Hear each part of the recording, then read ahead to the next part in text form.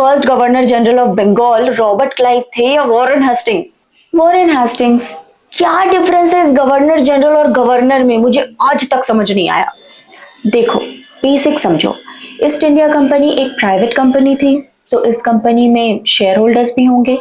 हाँ, जिस तरह आज कंपनी के डायरेक्टर्स होते हैं, बिल्कुल वैसे ही उस दौर में कोर्ट ऑफ डायरेक्टर्स होते थे। इसका मतलब कोर्ट ऑफ डायरेक्टर्स कौन कौन होंगे, इसे कंपनी के शेयर होल्डर्स तय करते होंगे। बिल्कुल वो शेयर होल्डर्स का ग्रुप जो एक्चुअली ईस्ट इंडिया कंपनी के स्टॉक्स के ओनर का ग्रुप था, उसे कोर्ट ऑफ प्रोप्राइटर कहते थे। और यही कोर्ट ऑफ प्रोप्राइटर लगभग हर साल कोर्ट ऑफ डायरेक्टर्स को चुनता था, जिसमें 24 लोग होते थे। तो ये लोग कहाँ, लंदन में रहते थे? हाँ, कोर्ट ऑफ डायरेक्टर्स कंपनी को मैनेज करने का काम लंदन से करते थे। कैसे? तो जहां जहां इनकी कंपनी फैली है वहां अपने अंडर गवर्नर बिठाकर। जैसे तब भारत में कंपनी प्रेसिडेंसी कितनी थी?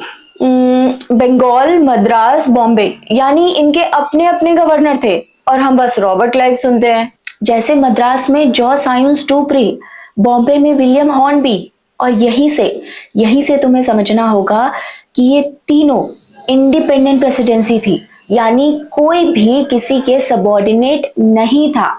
और सबसे इंपॉर्टेंट बात कि ब्रिटिश गवर्नमेंट अभी तक इस पूरी स्टोरी में कहीं नहीं है। फिर क्या, कंपनी फेल मार गई, बैंकरप्ट होने वाली थी, इसकी भी एक अलग स्टोरी है। तो तब ईस्ट इंडिया कंपनी ने ब्रिटिश गवर्नमेंट से 1 मिलियन पाउंड का लोन मांगा, और यहीं से ब्रिटिश सरकार को भारत में घुसने का मौका मिल गया। Got it. तो कंपनी को भारत में कंट्रोल रेगुलेट करने के नाम पर ब्रिटिश पार्लियामेंट पास करती है रेगुलेटिंग एक्ट 1773।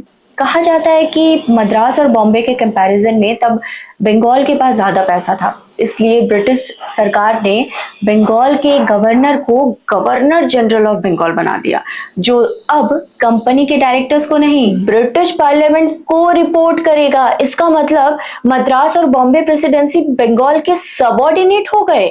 समझो, गवर्नर तब भी दोनों जगह थे, लेकिन अब उन्हें consult governor general of Bengal को करना पड़ता, यानी वॉरेन हेस्टिंग्स को। Got it. फिर गवर्नर जनरल ऑफ इंडिया क्या हुआ?